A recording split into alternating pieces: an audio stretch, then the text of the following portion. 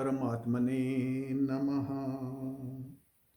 सर्वे भवन्तु सुखिनः, सर्वे सन्तु निरामया, सर्वे भद्राणि पश्यन्तु, मा कश्चित् दुःखभाग् भवेत्। प्रिय बंधुओं, नमस्कार। श्री रामचरितमानस पर समय समय पर उठने वाले विवादों को मद्देनजर रखते हुए इस पर हमने एक प्रोग्राम बनाया, जिसका प्रथम भाग आपके समक्ष रख चुका हूं, जिसमें यह बताया गया था कि शास्त्रों को अनुसार भी यह साबित होता है कि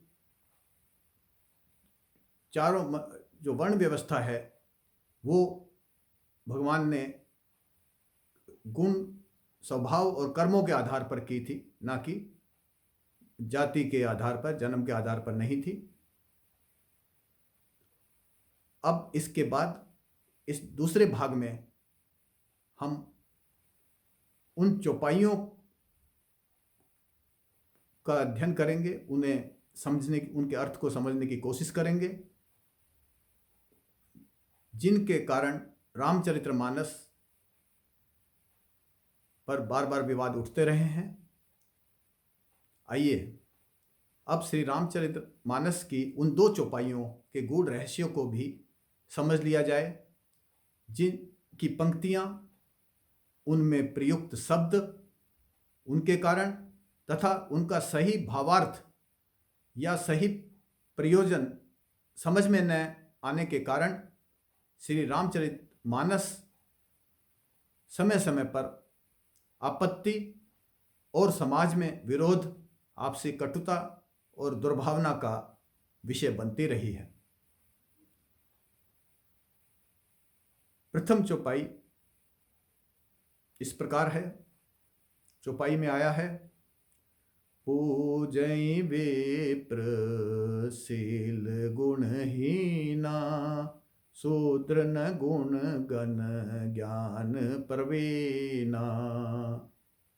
यहाँ साधारणतया यह समझ लिया जाता है कि ब्राह्मण आचरण और गुणों से रहित हो, हीन हो, तो भी उसे पूजना चाहिए, लेकिन शूद्र यदि गुणों और ज्ञान में प्रवीण हो तो भी वह पूजनीय नहीं है।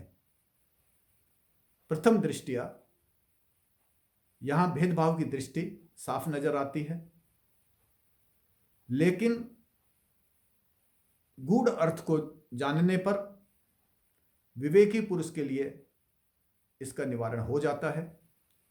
इसके लिए हमें यहां विप्र, गुणहीना और गुणगण शब्दों के गहन अर्थ, अभिप्राय को समझना होगा।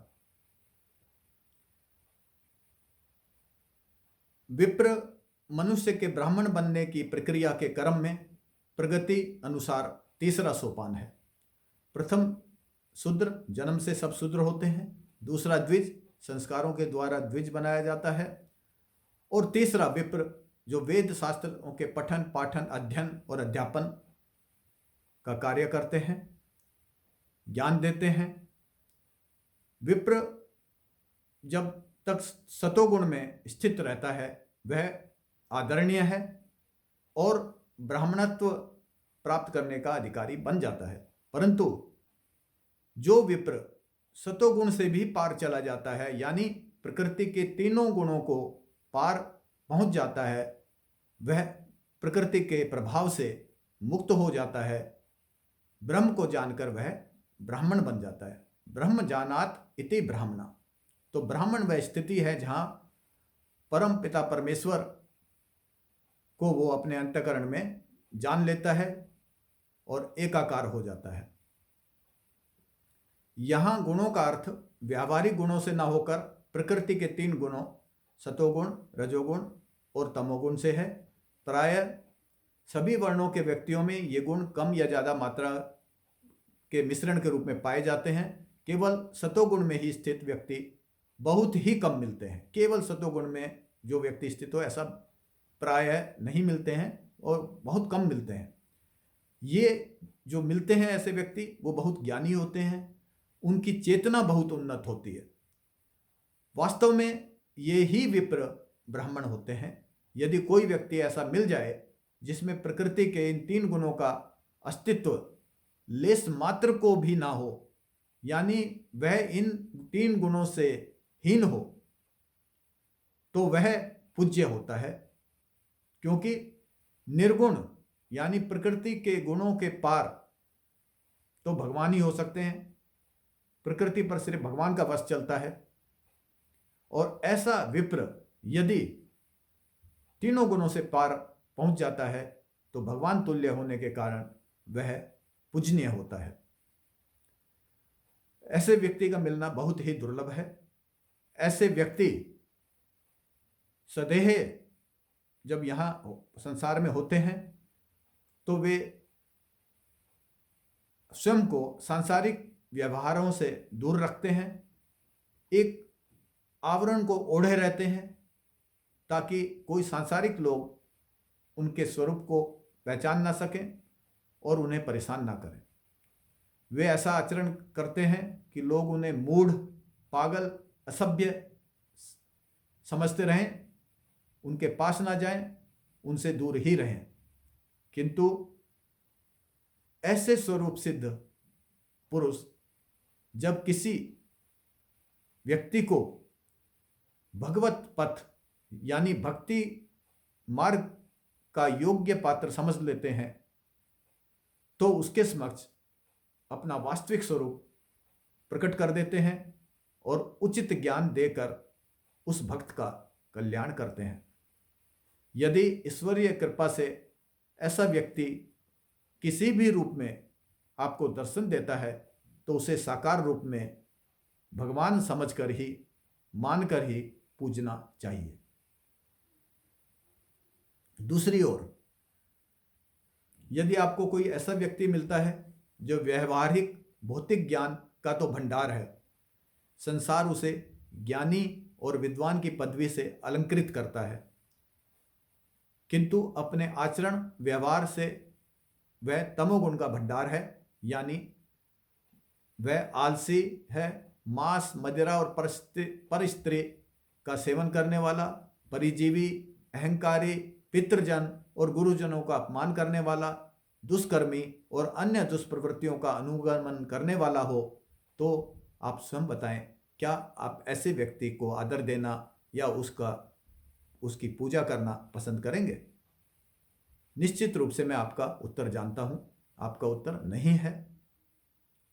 श्लोक में आए शब्दों शूद्र न गुण गण ज्ञान परवीना का आशय यही है।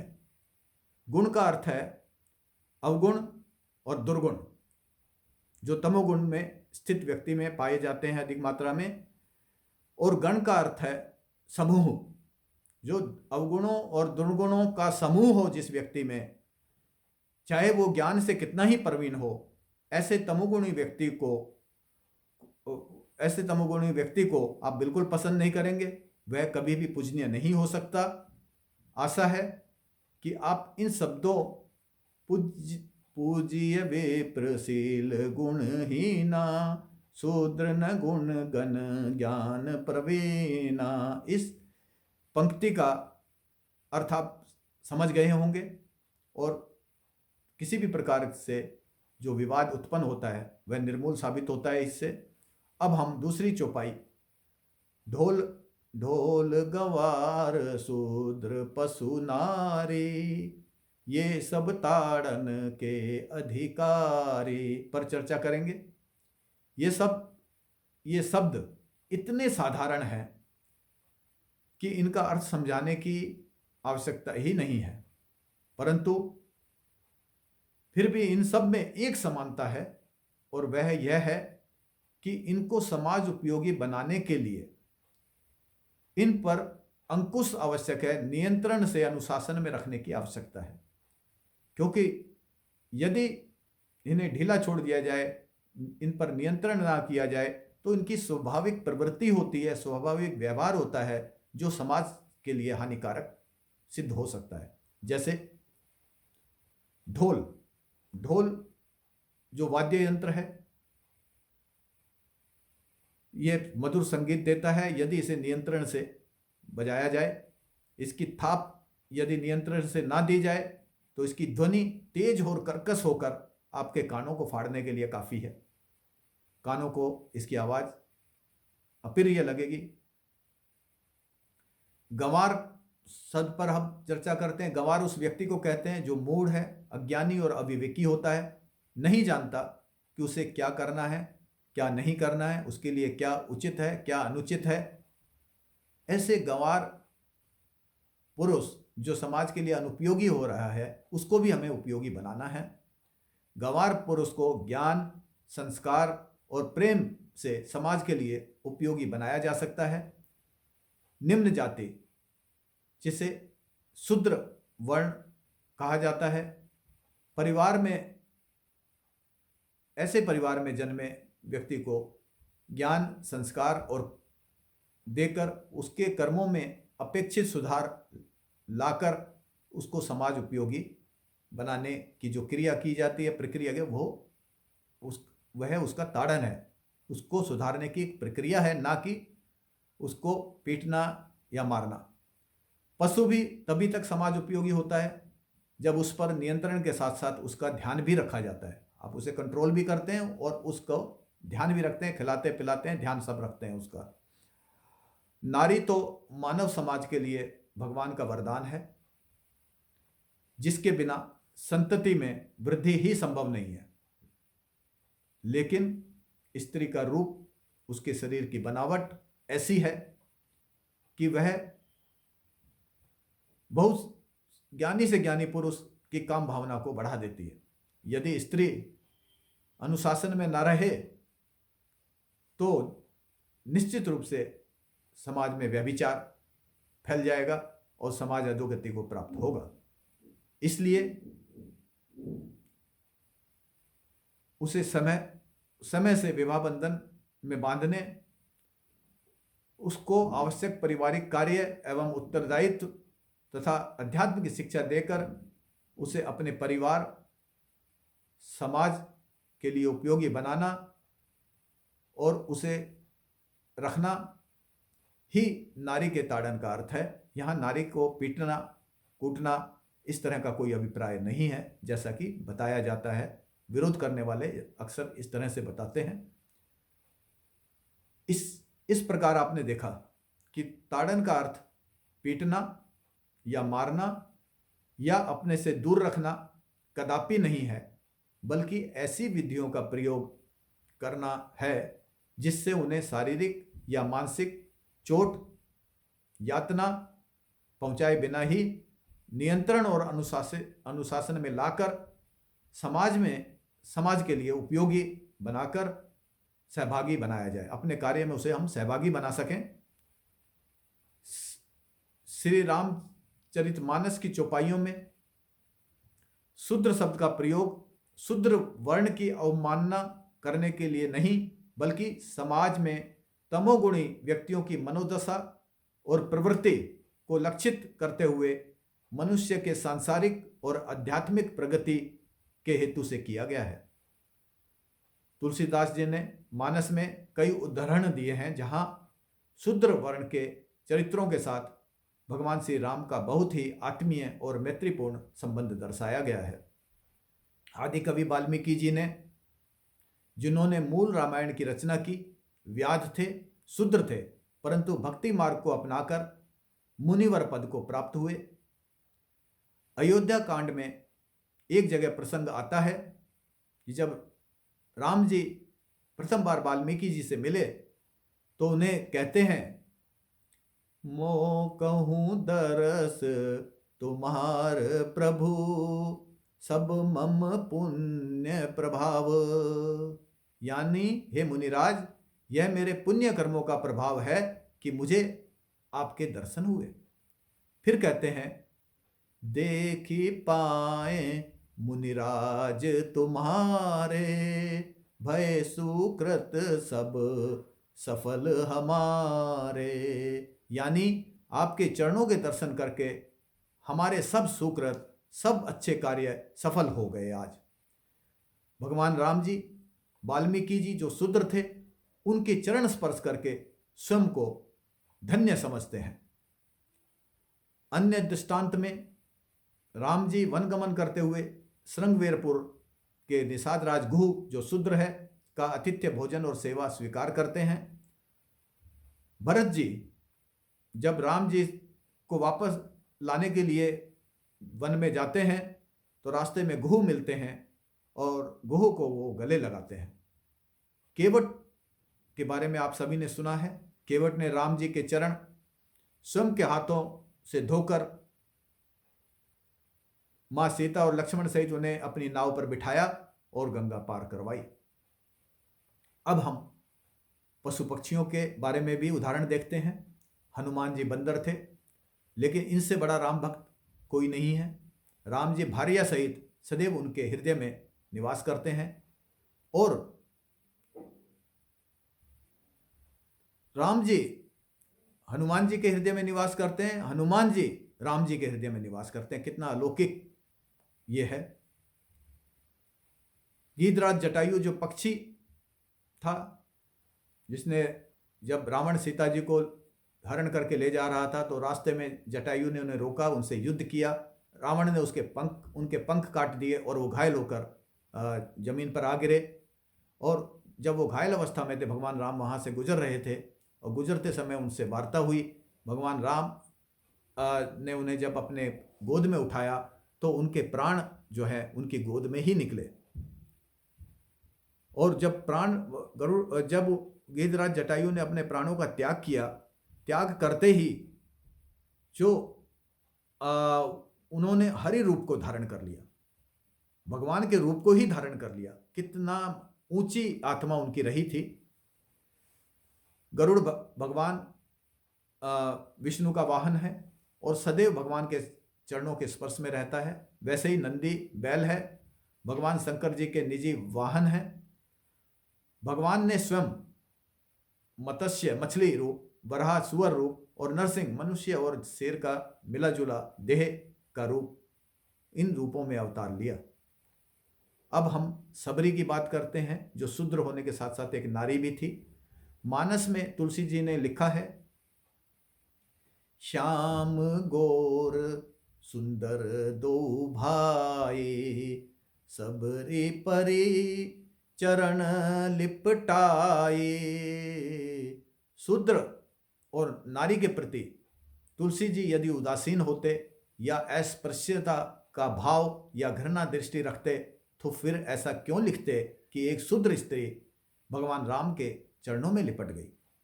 आगे सबरी प्रभु राम जी से कहती हैं, कहीं विधि स्तुति करूं तुम्हारी, अधम जाति में जड़मति भारी, अधम ते अधम अधम अति नारी, तिन महु में मति मंद गंवारी। सबरी कहती हैं कि मैं किस प्रकार, भगवान राम से कहती हैं, मैं किस प्रकार से आपकी स्तुति करूं। मैं तो अधम जाति की हूं, अधम में भी अधम हूं और नारी हूं, अधम और अधम जाति की हूं।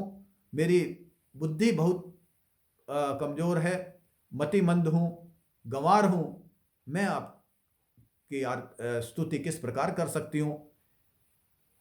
इस पर भगवान राम कहते हैं, कह रघुपति सुन भामनी बाता, मानऊ एक भक्ति का नाता। सबरी को भगवान राम कह रहे हैं कि मैं तो सिर्फ एक भक्ति का नाता मानता हूं और कोई चीज मेरे लिए मायने नहीं रखती हैं। तो यहां आप देखिएगा किस प्रकार एक शूद्र महिला को भगवान अपनी भक्ति प्रदान कर रहे हैं। भगवान राम पतित हुई अहिल्या का उद्धार करते हैं।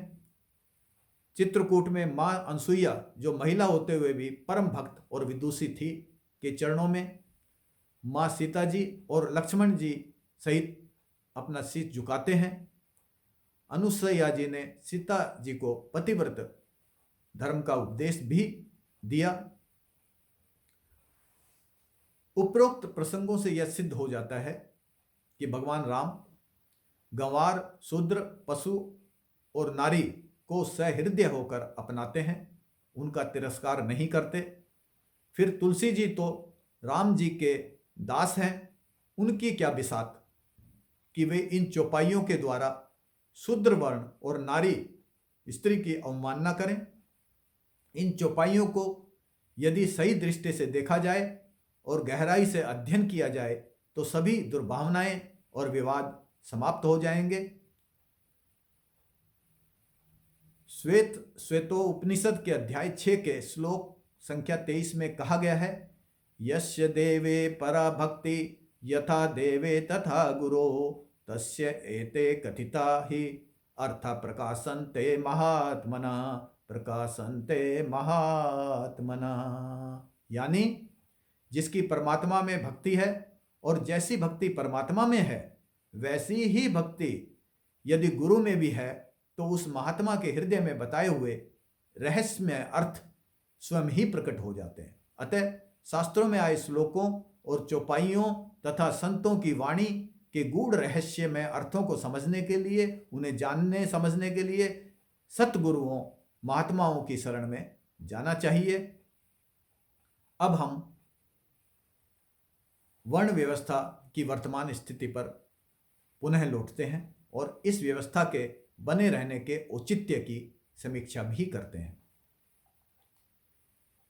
विडंबना है कि जन्म के आधार पर अवस्थित की गई वर्ण व्यवस्था को आज भी बड़े बड़े धर्माचार्य, पंडित, संत जन उचित ठहराते हैं और अपनी विवेचनाओं, उपदेशों, कथाओं आदि में श्रीमद् भगवद गीता के अध्याय 3 के श्लोक 35 जो इस प्रकार है, श्रेयान स्वधर्मो विगुण परधर्मात् स्व अनुष्ठितात् स्वधर्मो निधनम श्रेय परधर्मो भयावह, तथा अध्याय 18 के 45वें श्लोक, स्वे स्वे कर्मण्य अभिरत संसिद्धिम लभते नरा।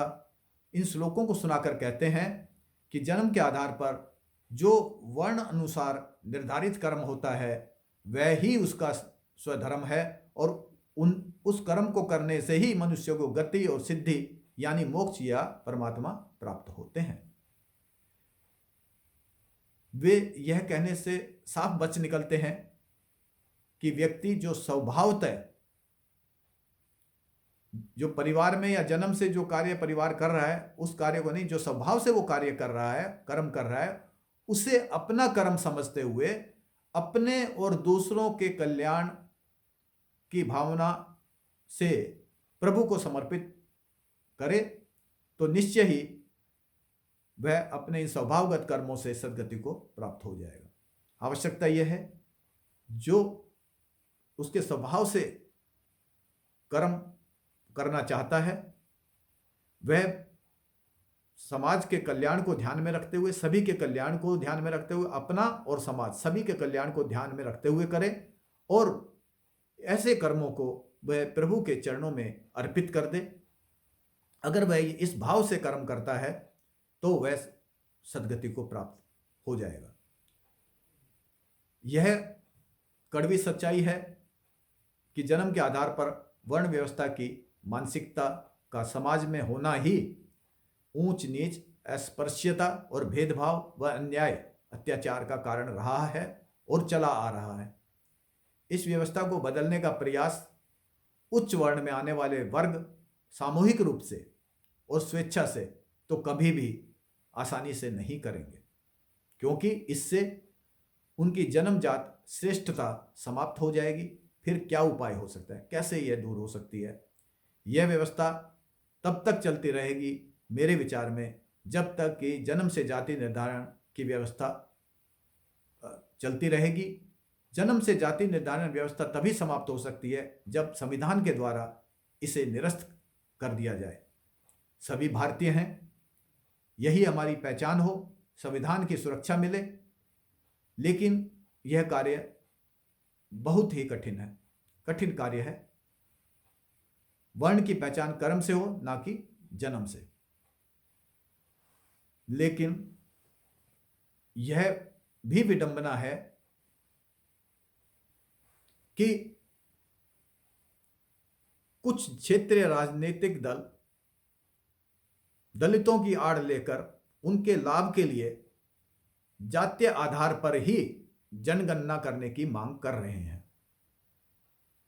इससे तो जाति और वर्ण व्यवस्था को बल ही मिलेगा और समाज में जातिगत भेदभाव बढ़ेगा, ना कि समाप्त होगा। समाज और देश को आगे बढ़ाना है तो मित्र भाव के साथ हमें कार्य करना होगा, तभी देश विकास और प्रगति प्राप्त कर पाएगा। इसलिए यह आवश्यक है कि जन्म से वर्ण निर्धारण की जातिगत व्यवस्था को समूल नष्ट कर दिया जाए और इसे नष्ट करना ही होगा। यह विचार मैंने समाज के सभी वर्गों के हित को ध्यान में रखते हुए आपके समक्ष रखे हैं, ना कि किसी विशेष वर्ग की मान्यताओं की अवमानना करने के उद्देश्य से या किसी विशेष वर्ग की पैरवी करने के लिए।